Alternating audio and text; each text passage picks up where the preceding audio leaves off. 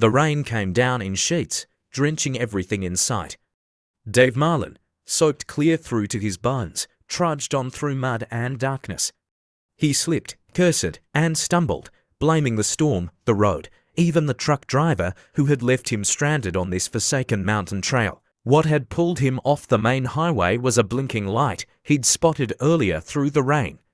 Now that light was gone, but stubborn as ever, Dave pushed forward. Anything had to be better than standing still. Then, out of the gloom, he caught the silhouette of an old roadster. Someone was hammering under its hood, swearing at the stubborn machine. Dave called out, half joking, half desperate, but the mechanic wasn't in the mood for laughs. The car had no lights, the battery was dead, and the man wanted him gone. As Dave fumbled around near the seat, his hand brushed against something unexpected. A woman. Her voice snapped at him to get his hands off. When she jerked upright, he realized her wrists were shackled in handcuffs. A chained prisoner. Before he could press for answers, the man turned on him with a gun. But Dave was quicker. In a slick, muddy brawl, he disarmed the stranger and came up holding the weapon. Only then did the truth spill out. The armed man was a detective named Len Magruder, and the woman Sally Camino was his prisoner, wanted for running a con game. Magruder claimed he was saving the state money by hauling her back without the red tape of extradition papers. Dave didn't buy it, not completely. Something smelled off. He forced Magruder to remove the cuffs and, with Sally now walking free, the three of them set off together up the miserable, rain-soaked trail. Sally ditched her high heels in the mud and marched barefoot, tossing barbs at both men. Dave, half amused and half intrigued, couldn't help noticing she was tougher and sharper than she first looked. The road climbed endlessly upward, every step heavier than the last. Magruder grumbled that they should have stayed in the car. Dave only mocked him, relishing the chance to prove he could endure more than either of his companions. Sally, dripping wet, snapped back with her own sarcasm, never letting either man get the upper hand in the banter. And then, after the long, punishing climb, they crested a ridge, and there it was, unexpected shelter waiting in the storm. Through the storm and up the mountain, the three travelers finally spotted a faint glow in the cliffside. It wasn't just a cave, it was a house, built right into the rock. Inside, by a dying fire, an old man with a flowing beard sat nodding over a book. A kerosene lamp flickered beside him. When they knocked, he opened the door, squinting through the rain. Oddly, he seemed to be expecting them. "Where's the other?" he asked, as if he had been waiting for someone else. Confused but grateful for shelter, Marlin and the others stepped inside. He stoked the fire, warming the room for Sally and Magruder, though he felt uneasy under the host's heavy stare. Then came a shock. From a half-open door at the back, faces appeared, strange, rough faces. Three of them looked hard and crooked. One was strikingly beautiful, a young girl with golden hair and an almost angelic aura. The bearded man Elias Thornbolt reluctantly waved them in. The newcomers were a ragtag bunch. A scarred woman in a filthy robe, more Barstow, sneered at them. A wiry, greasy-haired man introduced himself as Percival B. Link, known on the street as Slinky Link. His buddy was Bart Duchesne, a hulking ex-con with the kind of cold eyes that promised violence. And then there was Pearl, the golden-haired girl, whose beauty clashed with the grime and menace around her. Introductions quickly turned sharp. Magruder tried to flash his authority, but Link called him out, said he knew him as a disgraced ex-cop, kicked off the force for hijacking. Sally exploded at Magruder, realizing he wasn't any kind of detective but a crook running his own game. The whole thing blew apart right there. Masks came off, alliances shifted, and Marlin knew he was in deeper trouble than he thought. Meanwhile, Thornbolt, the old man, launched into a strange tirade. He admitted freely that he was crazy, but also brilliant. He raved about spaceships, monstrosities, and wasted genius, declaring that at least he was honest about his madness, unlike the criminals surrounding him. His outburst rattled the room, but the others were used to it. Link quietly nudged Marlin. Best to get out of here before the old man winds up all night. They were led through a tunnel carved into the rock, with a plank walkway stretching nearly 100 feet. The air smelled of earth and old mines. Finally, they emerged on a ledge high on the mountainside. The rain still poured, but towering pines framed the rim of what Bart Duchesne revealed was an ancient crater. He hinted at something strange hidden down in the pit below, promising that tomorrow they'd see it for themselves. The group was herded into rough bunkhouses along the ledge, men to one shack, women to another. Inside, the place had already been prepared with bunks. Magruder noticed it right away. It felt too neat, too ready, as if someone had been expecting them all along. Duchesne only chuckled darkly. "You'd be surprised," he said. And with that, the uneasy night began, leaving Marlin, Sally, and Magruder to wonder just what kind of trap they'd walked into. Dawn breaks cold on the crater inn. Dave Marlin hugs himself against the bite of morning air and stares into the basin below, where a mud-colored sphere squats like a giant clay planet. Bart Duchesne strolls up, amused by Dave's questionnaire. It looks like clay, but there's scaffolding, bunkhouses, and one mad scientist to go with it. That planet is Eli Thornbolt's disgraced dream, a metal spaceship that slid off its rig, dropped into this tarry pit, and started doing something nobody can quite explain. As they talk, Duchesne drops his mask. He's educated, a cynic with a rap sheet. Crystal-gazing hustles, a manslaughter charge from a bar fight. He clocks the same in Dave, a tough guy with brains, a past, and a voice that doesn't match the cauliflower ear. Then Duchesne mentions the strangest thing of all, Pearl's prophecy, 8 will gather here for men, for women then something big happens. They've already got 7, 1 more woman and the set is complete. Breakfast pulls the misfits together, Sally, newly put together but still edged like a razor, Magruder, all bull neck and bad faith. More Barstow, scarred and sentimental, glued to Pearl, Slinky Link, a greasy opportunist. Duchesne, the self-aware sinner, and Eli, the bearded storm cloud at the head of the table, shoveling down food and loathing everyone. When he's done, Eli stalks out to brood over his planet, muttering, "Still it moves." Down on the scaffolding, Duchesne shows Dave what moves means. The sphere sits in a bed of black ooze that softens in the sun and hardens in the cool, breathing the thing into a slow rotation. The outer crust is rock hard, but drive a bar through it and the inside gives rubbery, alive with that same self-sealing muck. Birds, mice, even livestock get lured in by the smell or the seeds stuck to the surface. Once the timing's right, the pit eats them. Eli shows up fired with purpose, pick, shovel, orders. Dave and the old man smash through crust, the hole heals behind them like a wound. Slinky, half full, half useful, suggests a pipe. They muscle a heavy drain tube into the gap and screw it inward, inch by grinding inch. By day's end the pipes to feet in. By the next afternoon, for and a half until they hit something solid, the shell, Dave hopes. Eli barks for a blowtorch. Link slithers in and burns a clean ring, melted like butter. Meanwhile, everyone's hauling Eli's life into the sphere books, boxes, food, instruments. Sally goes barefoot, practical and daring. Eli insists on going first. They shove his bulk through the pipe, fabric ripping, curses flying, then a wet plop as he lands inside. The crew trims the jagged metal and starts feeding crates into the dark belly of the thing. Gunfire snaps the moment in half. Down the slope, a sheriff's posse fans out on the hillside, squeezing a single overalled fugitive, the Picaroon Kid, from rock to rock. Sympathy for the underdog kicks in. Sully cracks the door and whistles him in. He dives through a hail of bullets, sprawls across the threshold bleeding from the neck and side. Dave drags him in as Sally throws the bolt.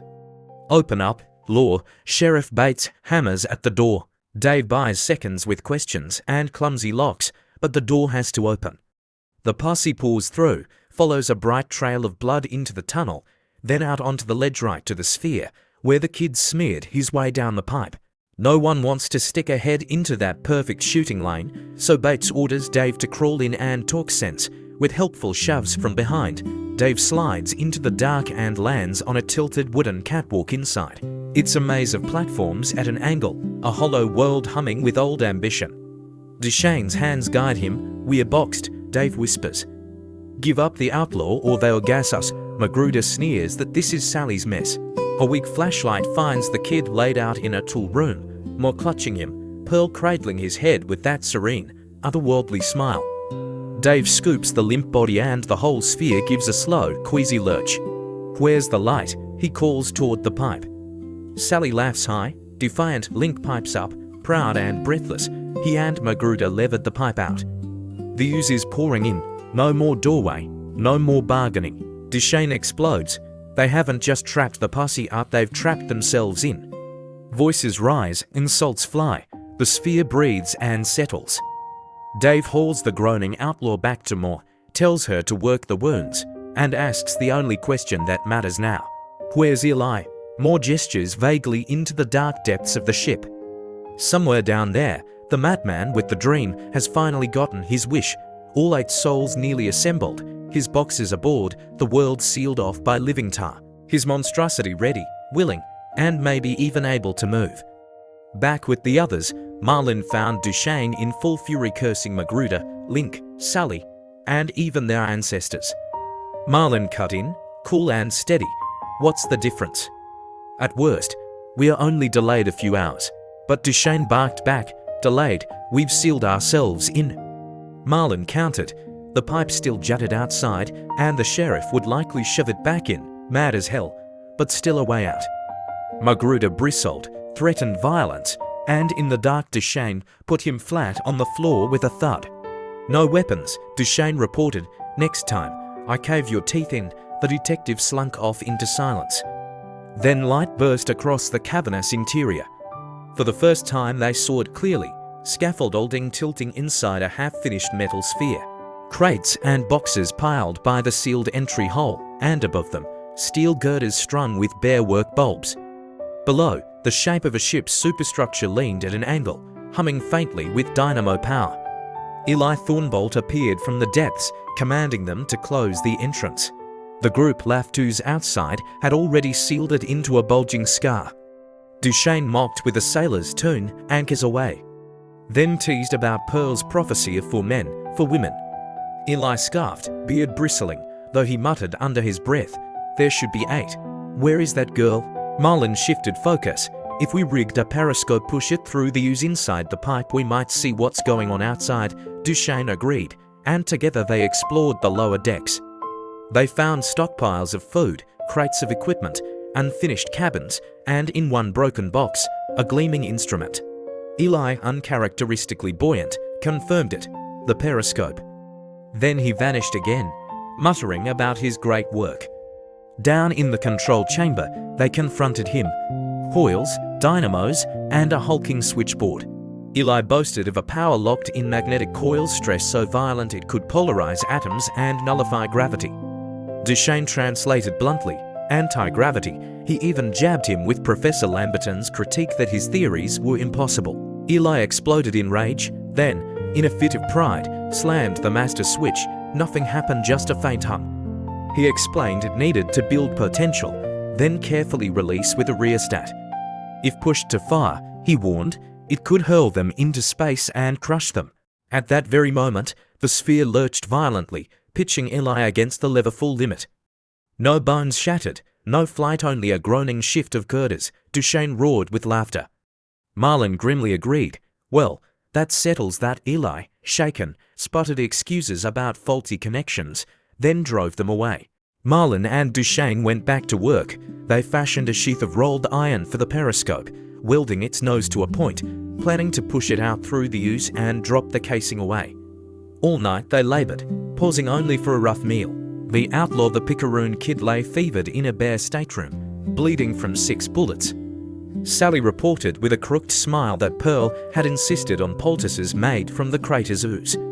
Moore swore by it. Duchesne shrugged. Medicinal clay exists. Maybe it works. Marlin joked darkly. Bottle it and we'll make a fortune. By the time the others turned in, the periscope was installed. Through it they could just make out the crater rim and sky beyond. Duchesne grumbled it was useless. One twist from the sheriff outside and the device was gone. Marlin agreed but kept silent. Better to give the crew something to cling to. Even Magruder and Link, shamed into effort, had helped unpack bedding and set up makeshift quarters. Exhausted, the strange company finally slept. Marlin dropped into his blanket roll, lulled by the faint hum of dynamos and the creak of girders, knowing he lay sealed inside a colossal sphere of metal and ooze, a tomb or a vessel, with a mad genius at its heart and a prophecy hanging over them all. Dave Marlin woke with terror gripping his chest. For a few choking seconds, he thought the whole monstrous fear was collapsing in on him, pressing the air from his lungs, crushing him flat against the cold floor. He couldn't move, couldn't even breathe, and nausea rose in his throat like a tide. At last, the spell broke. Gasping, shaking, he forced himself upright, though the sensation of smothering weight clung to him long after. From the adjoining cubicle came the low moans of the outlaw they'd dragged in the night before. Marlin stumbled over, his muscles stiff and sore. More Barstow, snoring heavily, had planted herself like a watchdog across the doorway. He stepped over her bulk and knelt by the wounded figure. There was a pan of water and a rag. Gently, he moistened cracked lips, wiped the sweat-streaked face. The poultice Moore had plastered around the outlaw's neck wound was oozing its muddy slime. Marlin peeled it back, checking the bandages on chest and side. And then he froze. The frame beneath his hands was too slender, too soft. The face, despite its pain, looked boyish, delicate. Pulling down the blanket to be sure, he saw the truth. The outlaw wasn't a man at all, but a girl, shot and bleeding, dressed in men's clothes to hide her secret. A chill went through him. Carefully, almost tenderly, he tucked the blanket back. When he turned, Pearl was there in the doorway. Her pale hair glowed in the dim light, her lips curved in that strange, enigmatic smile. Her vacant eyes gave nothing away, yet the sight of her in that moment made Marlin's skin crawl. He touched her arm softly. "Better get back to bed, girl, oh girl. Maybe you've got something after all." Hours later, hands shook him awake again, rough this time. Bart Duchesne loomed above him, eyes blazing with excitement. "Wake up, Dave, for God's sake, wake up. You've got to see this." Still groggy, Marlin stumbled after him to the scaffold and the jury-rigged periscope. Duchesne looked first, then pulled back, pale. Marlin bent to the eyepiece. At first it didn't register, then his throat went dry. There was no crater, no hillside, no earth at all, only the endless void of space. Stars glittered against blackness, sharp and cruel. His voice cracked when he finally spoke. "There's nothing out there, nothing but stars. We're in space." A memory surged, waking at midnight with that crushing weight on his chest. It hadn't been a dream, it had been acceleration. They had launched. Together, he and Duchesne stormed into the control room. Thornbolt was sprawled across his pallet, snoring, beard rising and falling with each breath. They shook him awake, furious. Duchesne's anger boiled over. "What right did you have to do this? How the hell do you plan to steer it, to land it, to get us back? That damned periscope is as useful as a match in a snowstorm." The bearded inventor blinked at them in confusion. Suspicion flickered, then triumph. "Go away with your jokes," he growled. But when they dragged him to the periscope, the truth hit him too. He rushed back to his instruments, muttering wildly. The gauges, the coils, the power banks, it all added up. Against every critic, against Lamberton's scorn, against the financiers who had abandoned him, Eli Thornbolt had done it. He had thrown them into space. His triumph was manic, almost unhinged. Now Lamberton will eat dust. Yes, it took longer to build the potential, but now it works. Duchesne, more sober, suggested the thick mud coating around the ship had acted like a battery, storing power until the impossible became possible. Eli rejected it, then faltered. Maybe the outer crust had amplified the current. Then his mood flipped again. He snarled at them to leave him to his great responsibilities. By then the rest of the group had gathered, drawn by the shouting. Link squinted through his greasy hair. "What's up?" Marlin's voice was grim, final. "We may as well face it straight. We're not on Earth anymore. We're in space." The words hung in the air. Sally stiffened. Magruder muttered something foul. Moore clutched Pearl closer, while the girl only smiled, serene as a saint, as if this was what she'd seen all along. The revelation might have driven ordinary people into hysteria. But Eli Thornbolt's strange crew was no ordinary gathering. They were criminals, outcasts, and cynics hardened to blows of fate. Magruder turned pale, muttered a shaken "geez," and collapsed onto a box. The others showed little more than bafflement. Sally Camino cut through the silence with her sharp voice. "So what?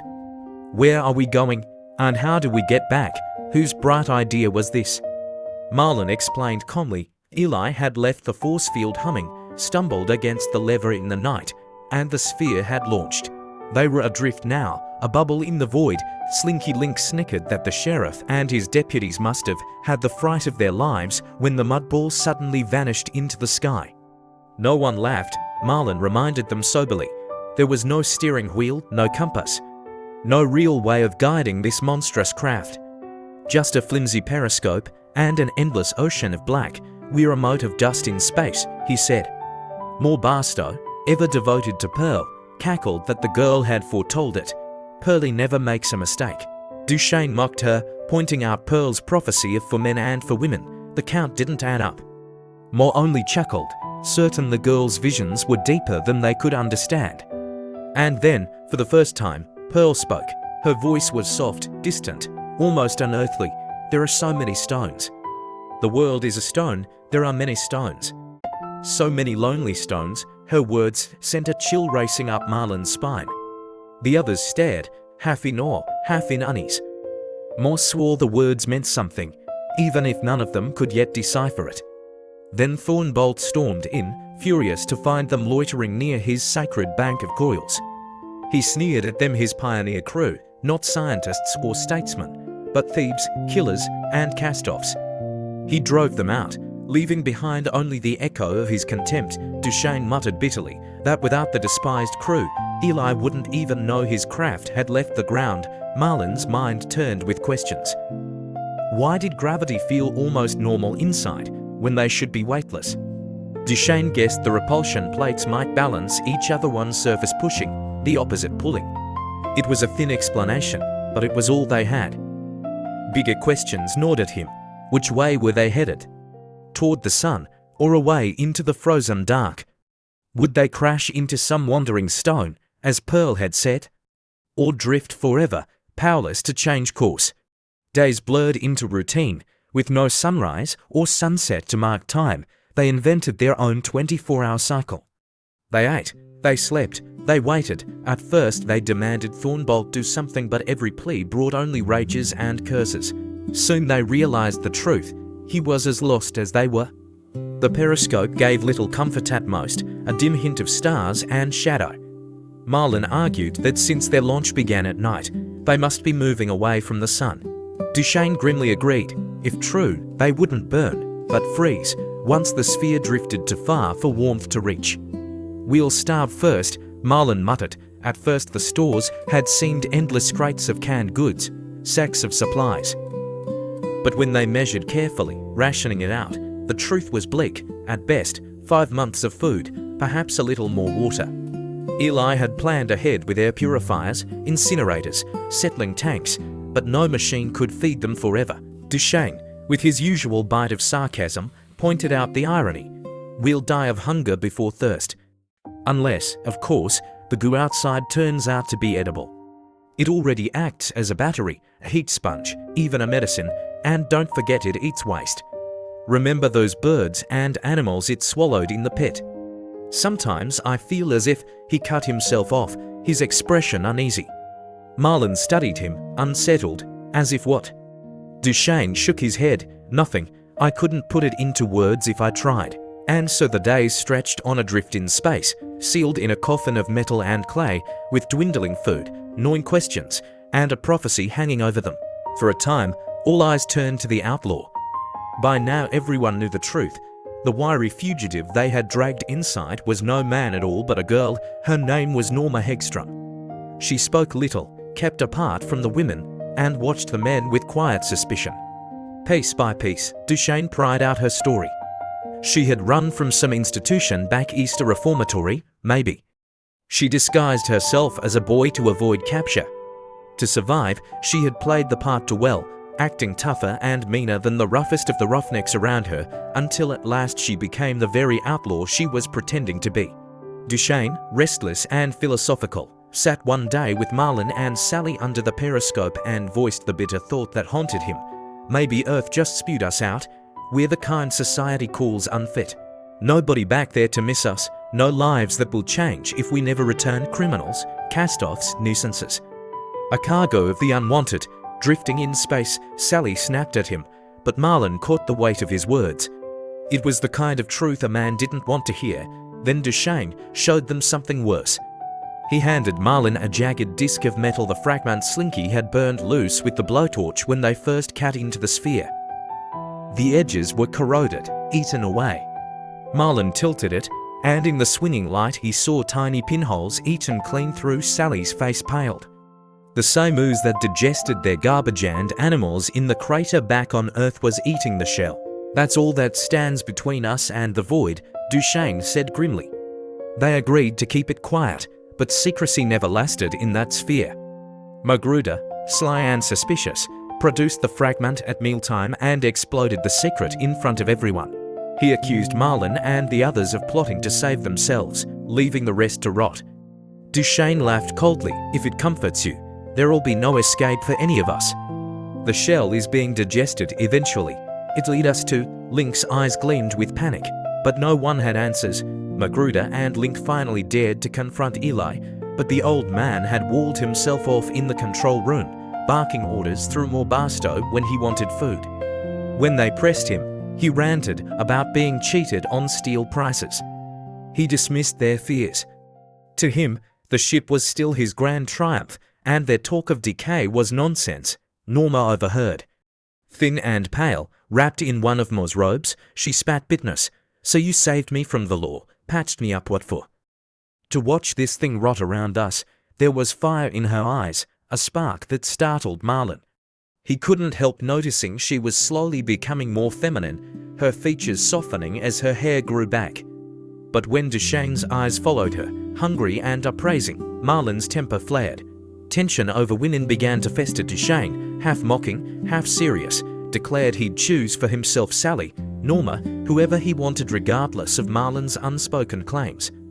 Magruder, grinning crudely, chimed in that Pearl looked right for the taking, and Mo's watchfulness wouldn't stop him forever. Marlin's fury blazed, though he kept it contained.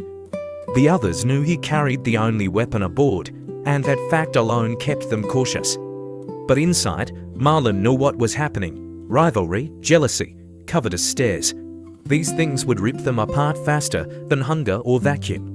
Sally was sharp and desirable, Norma was tough but growing into her womanhood, and Pearl was innocence itself, serene and unearthly, the one he felt must be protected at any cost. The thought of Magruder's eyes on her sickened him like a crime against something sacred. From then on, Duchesne openly baited him, flaunting his attentions towards Sally and Norma, daring Marlin to make a move. And Marlin could only withdraw into silence. Brooding, morose, he pulled further from the group, his thoughts circling darker each day. The sphere kept drifting in endless black, its shell quietly eroding, while inside, tensions thickened, lust, suspicion, and rivalries gnawing as surely as the ooze outside. Among the strange crew, it was Slinky Link, the weasel-faced sneak, who cracked first. From the moment they discovered the sphere's shell was being eaten away by the ooze, fear gnawed at him. He skulked in corners, avoided the others, his eyes darting like a rat.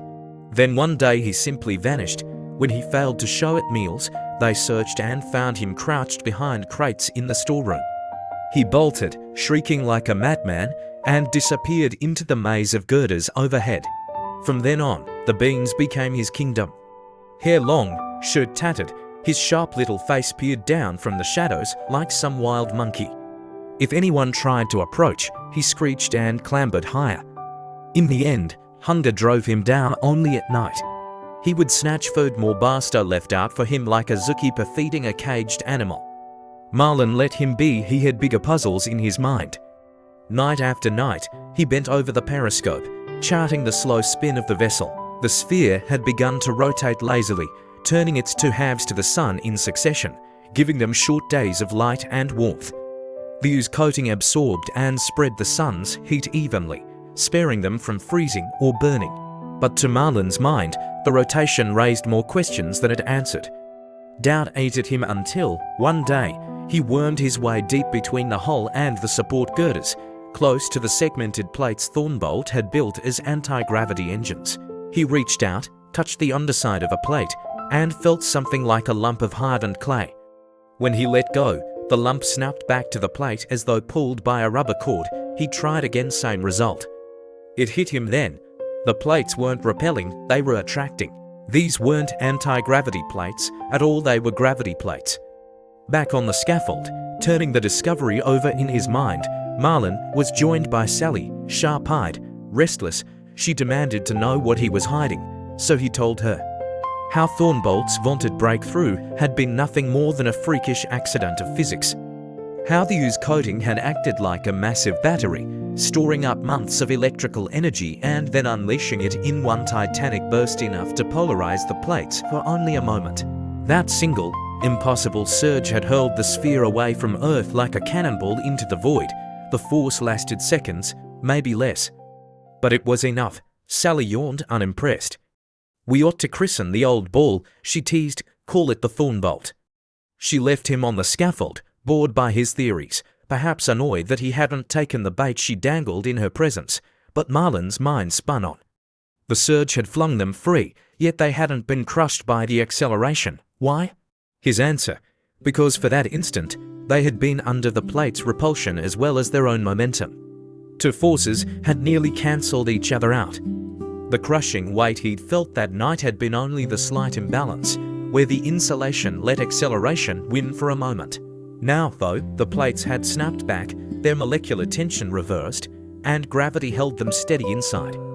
They weren't riding anti-gravity anymore, they were just coasting on momentum, in an endless, helpless trajectory through the void. He found himself talking more and more to Pearl. She would drift up silently, sit beside him on the platform, and listen with that vacant, saintly smile. He poured out his tangled thoughts to her, about the freakish accident that had hurled them into space, about whether the sphere itself might be alive, whether the Earth had spewed them out as part of some cosmic design. Sometimes I think this little world was sent forth with a destiny of its own, he whispered. What do you think, Pearl? Her lips parted. It could be true, she echoed. He smiled grimly. That was Pearl repeating words, parroting phrases, yet somehow giving them weight. It was foolish, he knew, but her calm presence gave him permission to dream out loud. How do we know trees, or rocks, or even this globe itself, don't have consciousness? How do we know? How do we know? She repeated, smiling, as if she'd solved the riddle. Then, in the shadows of the girders above, Marlon glimpsed a pair of glinting eyes, and a monkish face link, watching, listening. Marlon broke off abruptly, muttering darkly, You're a bad influence. Pearl, you'll have me swinging on girders like him before long. The discovery came, oddly enough, from Magruder, the one man least likely to notice anything beyond food or women.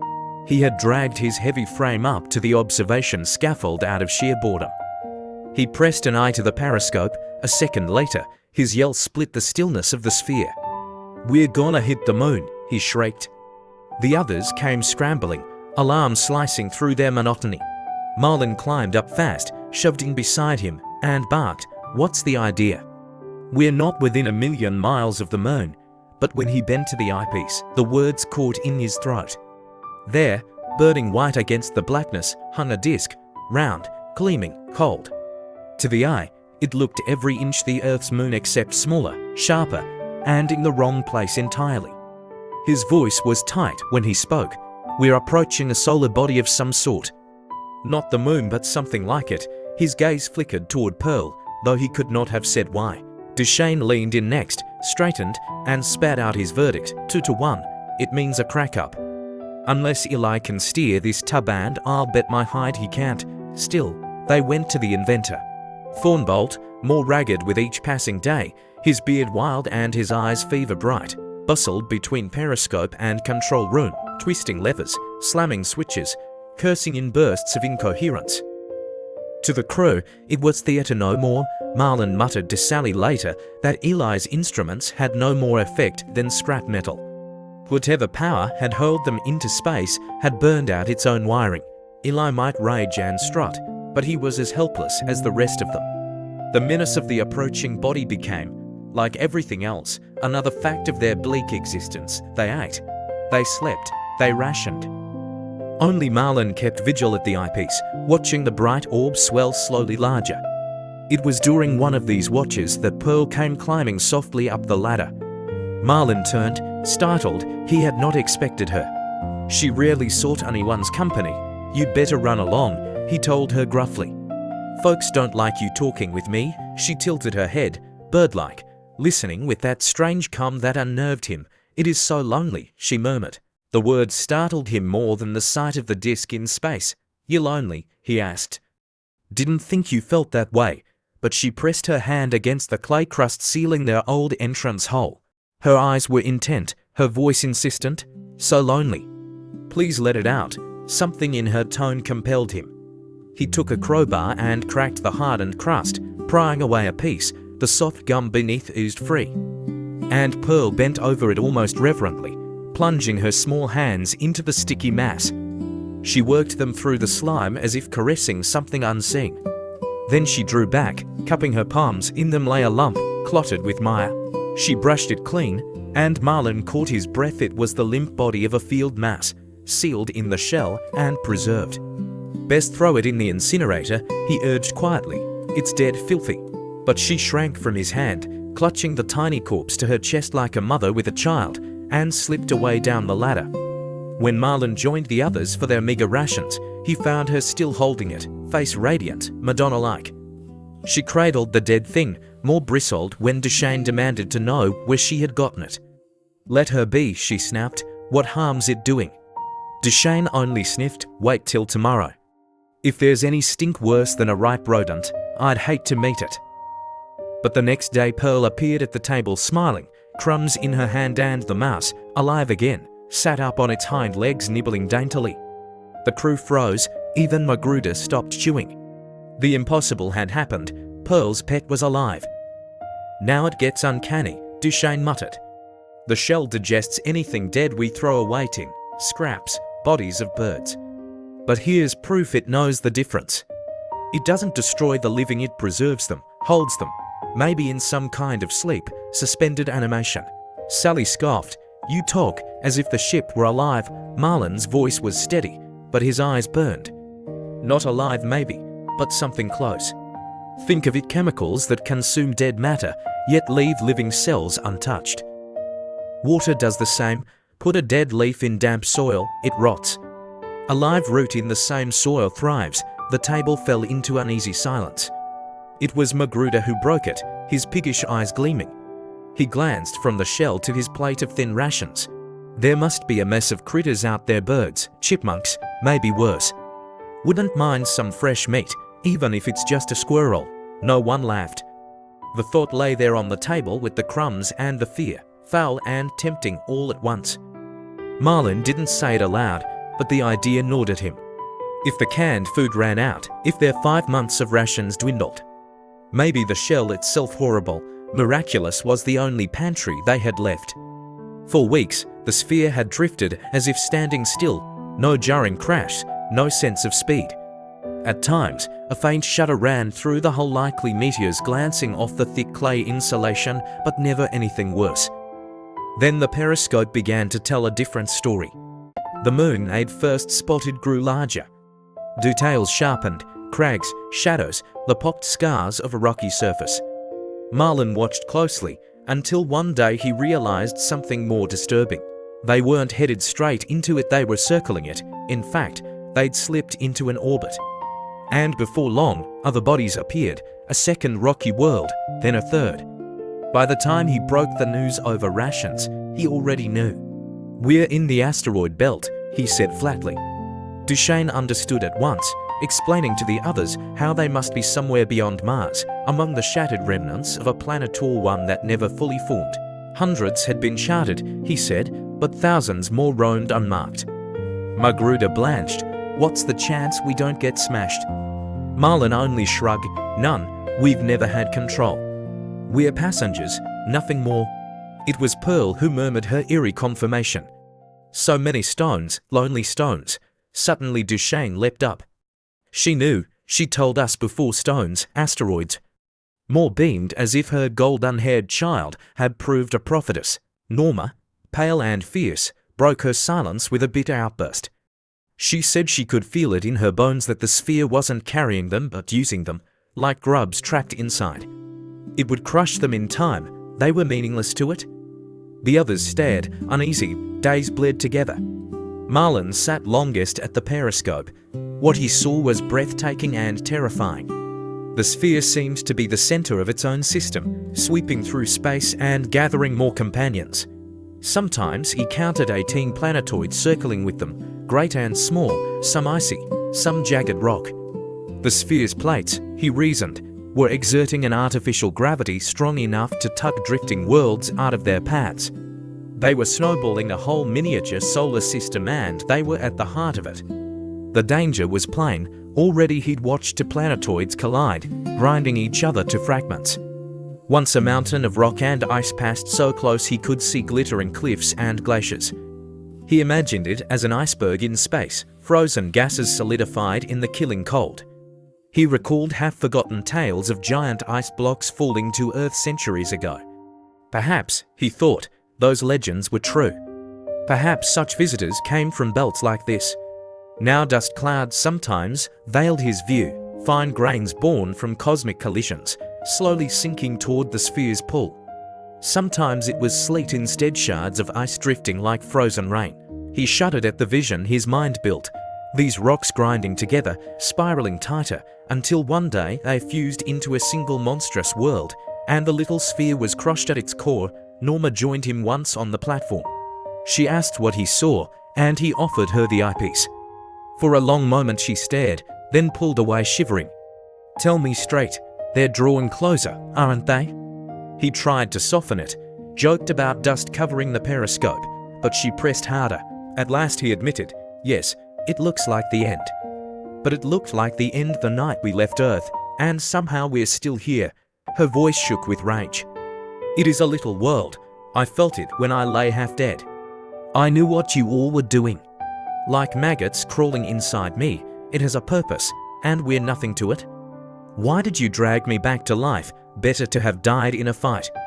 At least then I'd have had a choice. Here we're rats in a trap." She turned away, lips tight, leaving Marlon shaken. He found himself preferring Pearl's company, the blank, serene girl who never fought, never raged. Talking to her was like talking to some calm spirit who understood, and so he did. One day, stirred by Norma's outburst, he put the thought to words. Maybe the world itself, Earth, this sphere, all planets, was alive in some sense, guiding life across its surface, pushing mankind to explore, to fight, to change. Maybe wars, persecutions, wanderlust were all just natural forces shaping evolution. And maybe that same force had drawn all of them criminals, misfits, outcasts into Thornbold's sphere for some greater purpose. He poured out his theory, half mocking, half believing, watching Pearl's placid face. At the end, he asked her, "Accident or purpose?" Her lips curved into that innocent smile. "Or purpose," she echoed. And though Marlon laughed, a cold weight coiled in his chest. For in her vacant eyes, there was no doubt. Marlon would always regret that he hadn't tried harder with Norma. He might have spoken to her, tried to share his own stoic sense of fatalism, anything to give her a reason to keep going. But by the time regret came, it was far too late. They found her stretched out on her pallet, eyes wide and staring at nothing. Norma Hegstrom, the outlaw girl they had saved and nursed back from death's door, had taken her final way out. Death had traveled with them since the beginning, but this was the first time it stepped into their circle and claimed one of their own. The others gathered silently around her. More Barstow wailed. Sally wept bitterly. Magruder looked rattled, mumbling about seeing her near the medicine cabinet. Duchesne, usually glib, stood mute. Only Pearl remained untouched, her innocent, unreadable face staring down at the body without emotion. The survivors debated what to do. Burial in space meant sliding her body through the waste locks into the clay shell, a grotesque thought. In the end, cremation seemed the only way. Moore objected, but had nothing better to offer. Duchesne, with uncharacteristic gravity, took the blanket-trapped body himself, carrying her in silence toward the incinerator. And that was when fate struck. The sphere was hammered by a titanic blow. Marlon was hurled down the ramp, stunned, ears ringing with screams and the metallic groan of girders wrenching apart. In the chaos, Sally clung to him, sobbing. He shook her off. There was no time for panic and fought toward the storeroom for flashlights. The beams revealed horror. The scaffolding above had collapsed, and from a great rupture in the hull, the living ooze of the shell poured in like a tide.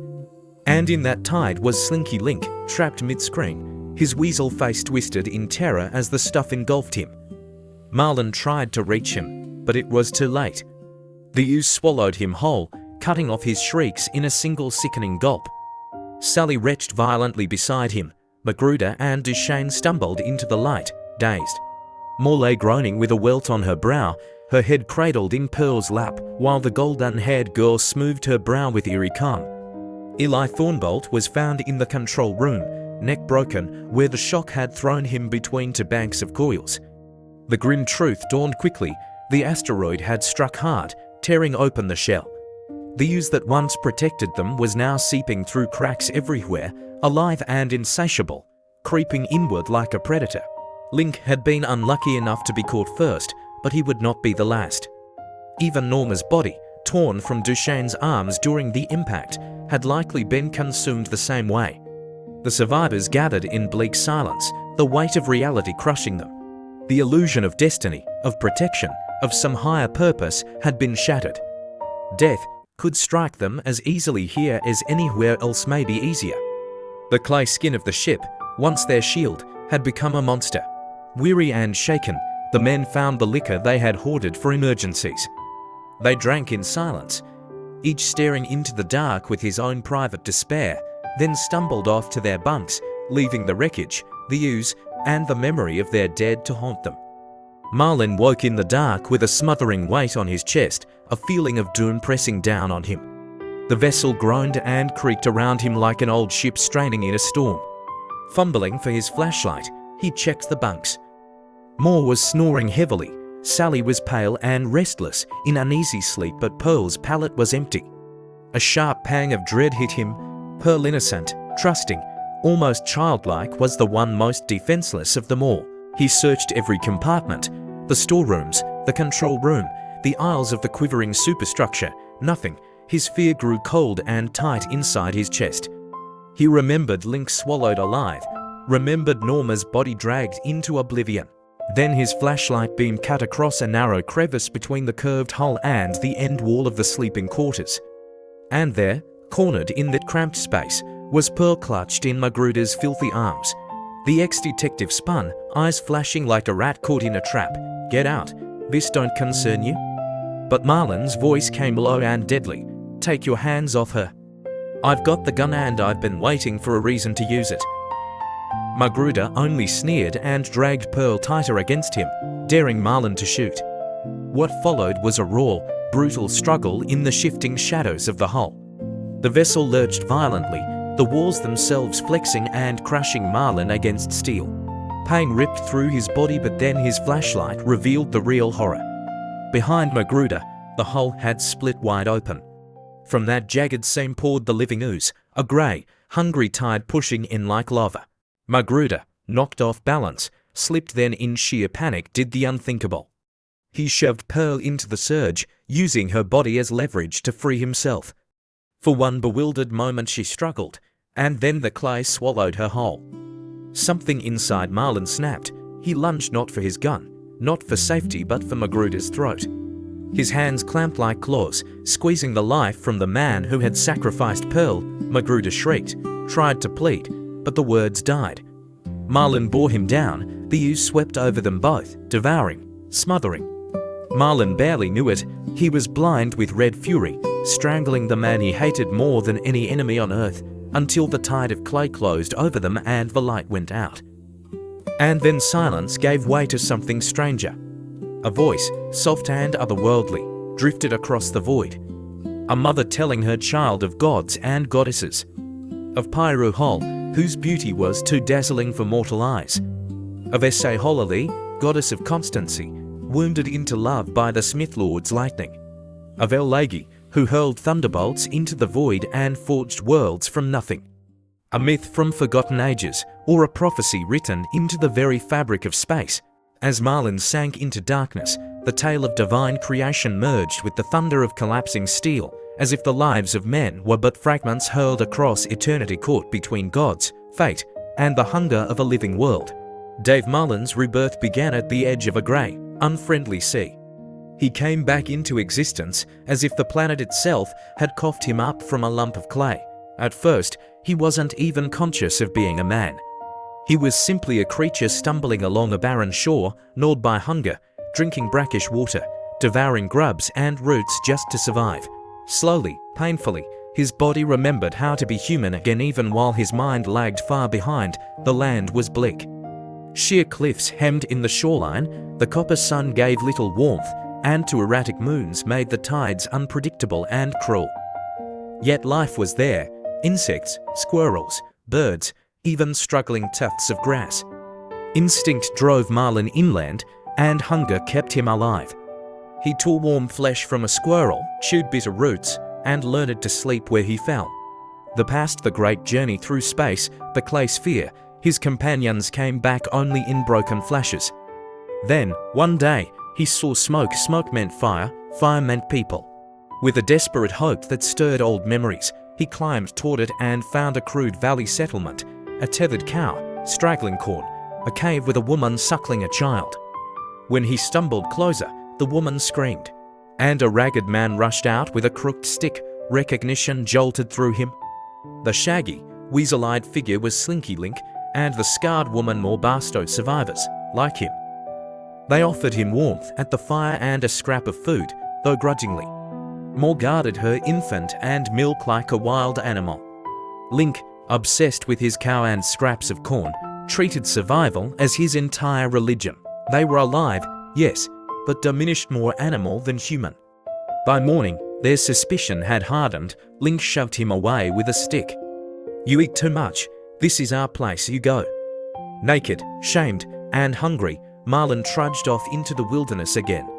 Yet his mind was healing. He began making tools: stone spears, crude knives, fire-starting kits. He stitched skins into clothing and cooked his meat. Day by day, his body grew stronger and his brain relearned thought. At night, staring at the copper sun and twin moons, he remembered the clay sphere and wondered, was this bleak place their tomb or their second chance? The answer came when he met Duchesne. The old con man was alive, too bearded, skin-clad, grinning like a survivor who'd beaten the odds.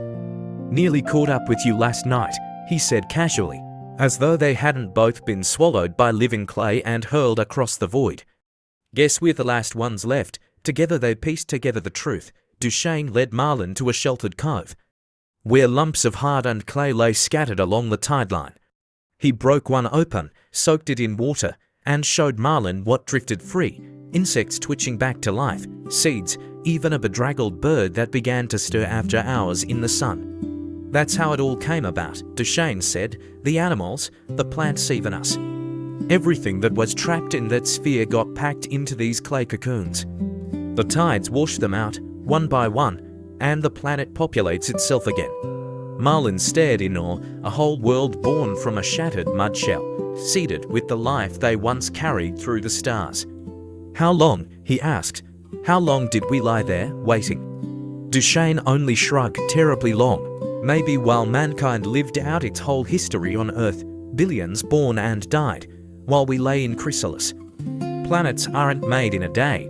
Maybe this whole rock was gathered from the fragments of the asteroid belt shaped into a new Earth." The idea staggered Marlin. He looked at the bleak cliffs, the twisted bushes, the copper sun that gave stingy warmth. And for the first time, he saw it not just as a wasteland, but as the first breath of a world being born. Along the bleak shoreline of this new, half-born world, Marlin and Duchesne hunted together, surviving better as a pair than either had managed alone. But Marlin harbored a secret: an enormous lump of the life-bearing clay. He had discovered it near the tide line. He dug a channel so the sea could lap against it, hoping it might free something more than insects and vermin. Perhaps an animal, perhaps even a human. Day after day he lingered by the pool, watching the clay soften, straining to see shapes stir inside. At last, beneath the murky water, a pale outline emerged, a human form, female. He dared not interfere, remembering how forcing the process often killed the life inside. Instead, he prepared himself like a man awaiting destiny, scraping his beard, hacking his hair short, reclaiming a measure of civilization. At dawn, the clay skin split and a body floated free. Marlin plunged in, dragged it to shore, wrapped it in furs. The face that stared back at him nearly stopped his heart. Norma, the outlaw girl who had died before the crash. She should have been gone forever, yet here she was, preserved by the clay, her skin cold but intact. Could the same substance that had transformed and sustained him also have purged the poison of death from her body? Desperately, Marlon worked. He breathed into her lungs, pressed her chest, whispered encouragement. For agonizing minutes she lay still, and then, at last, a shudder, a flicker of breath, the faintest opening of her eyes, Norma lived. He was still bent over her when Duchesne appeared above the rocks, watching with a cruel smile. "So this is why you cleaned yourself up," he sneered. The tension was instant, electric. Both men knew the truth. The girl meant survival, companionship, hope, and each claimed her. Marlon stood his ground. "She's mine. I found her. I brought her back." Duchesne's eyes hardened. "One of us keeps her, the other doesn't." The words erupted into violence. Fists and spears clashed on the wet stone. They grappled like animals, choking, slamming each other against the cliff face, until Marlon, bleeding from a spear wound, staggered back. Duchesne pressed the attack, the stone spear aimed for the kill. Marlon fought on, reckless, driven by fury and a desperate need to protect the fragile life he had revived. The two men tumbled down the slope. Marlon was crushed beneath the weight of his enemy. Dizzy, gasping, blood pouring from his side, he looked up through failing vision. Duchesne stood over him, spear raised high, then paused. "I don't want to kill you, Dave," he rasped. "Go your way. Leave us in peace." Marlon, broken, yet unyielding, Norma caught between two primal forces, and the fragile future of their new world balanced on the edge of a blood-stained spear. Marlon woke battered and broken, but alive. Duchesne stood over him with Norma, the girl Marlon had dragged back from death itself. Duchesne's words were almost kind, but the truth was plain. Marlon had lost. Norma's eyes followed Duchesne now, her loyalty shifting with a quiet intensity. She hunted at his side, learned his ways, and left Marlon an outsider in the camp he had once built. When his ankle healed enough to carry him, Marlon packed up his meager tools and walked away without bitterness. "I'll keep in touch," he told them, but the wilderness felt better than watching another man take what his heart had longed for. For weeks, Marlon lived by his spears along the lonely coast. Then one day he found a crude, iron-tipped weapon, something no hand but a human's could have made. His discovery was swiftly overshadowed by the sound of screams on the wind. He crested a ridge and saw it, a woman clawing, biting, fighting off a man who had just struck her down. In the instant before the struggle ended, Marlon recognized them both, Sally fierce, furious, battered but alive, and Magruder, the pig-eyed brute, still meaner than ever. The reunion was raw and awkward. Sally touched Marlon's face as if to convince herself he was real. Magruder snarled and shoved her away, growling about brats. Two naked children tumbled in the dirt near their cave home, a savage, hard life carved from scraps of survival. That night, after a bitter quarrel and bruises exchanged, Marlon lay apart under the stars. But in the dark, Sally crept to him, sobbing, trembling, her arms around his neck. She poured out her misery, her years with a brute, the beatings, the despair. Then she kissed him, soft and desperate, and begged him to take her away. Marlon listened, his heart surging with hunger for companionship, for purpose, for love. She had children, yes, but that didn't repel him.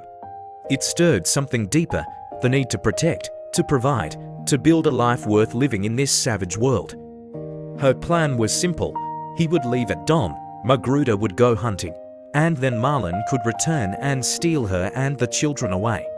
It was clever, safe, but as Marlon lay awake, the thought gnawed at him.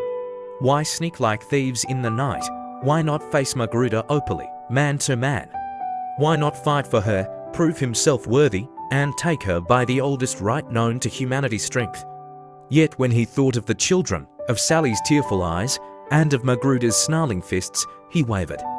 Stealth or force, guilt or pride, either way, he knew he was on the edge of a choice that would change all of their lives. And in that wilderness night, with Sally's kisses still warm on his lips, Dave Marlon felt both the thrill of hope and the weight of sin pressing down upon him. He woke aching, yet alive, and realized how deeply the world had changed. Duchesne loomed over him with Norma, the girl he had brought back from death. Duchesne's voice carried pity, but the truth was sharp. Marlon had lost. Norma's eyes now glowed for Duchesne. She hunted with him, breathed with him. When his ankle grew strong enough to carry him, Marlon gathered his few tools and weapons. He offered no reproach, no plea, only a dry farewell. "I'll keep in touch," but the wilderness was kinder than watching another man hold the woman he longed for. Weeks passed in solitude, his life marked by spears, hunger, and the grey stretch of the alien sea. Then, one day, he stumbled across an iron spearhead, crudely hammered yet unmistakably forged by human hands, proof that others had survived. The sound of a woman's scream tore through the wind.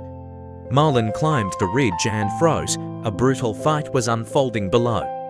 A man had struck a woman down, but she rose clawing, biting, screaming with feral fury. He recognized them both. Sally fierce, scarred, alive. And Magruder the pig-eyed brute, meaner than ever. The reunion was jagged and raw. Sally reached for Marlon's face as if touching a ghost. Magruder snarled, shoved her away, and muttered about brats. Two half-naked children played in the dirt outside their crude cave, innocent lives carved from hardship. That night, as Magruder and Sally fought with fists and curses, Marlon kept his silence. When the fire died low, Sally came to him in the dark. She was trembling, sobbing, her arms clinging to his neck. She poured out her years of torment, beatings, misery, despair, and then kissed him with a desperate hunger. She begged him to take her away. Marlon listened, and something old and aching inside him stirred, not just desire, purpose. A woman, children, a chance to build something that mattered in this savage world. He didn't care that the children weren't his blood. They could be his to protect, his to fight for. Her plan was simple. He would leave at dawn. Magruder would think him gone and go hunting. Then Marlon could return, steal Sally and the children, and slip away into freedom. It was clever. It was safe. But as Marlon lay awake, staring at the alien stars, the thought gnawed at him: why sneak like a thief? Why not face Magruder like a man, claim Sally openly, win her by right of strength?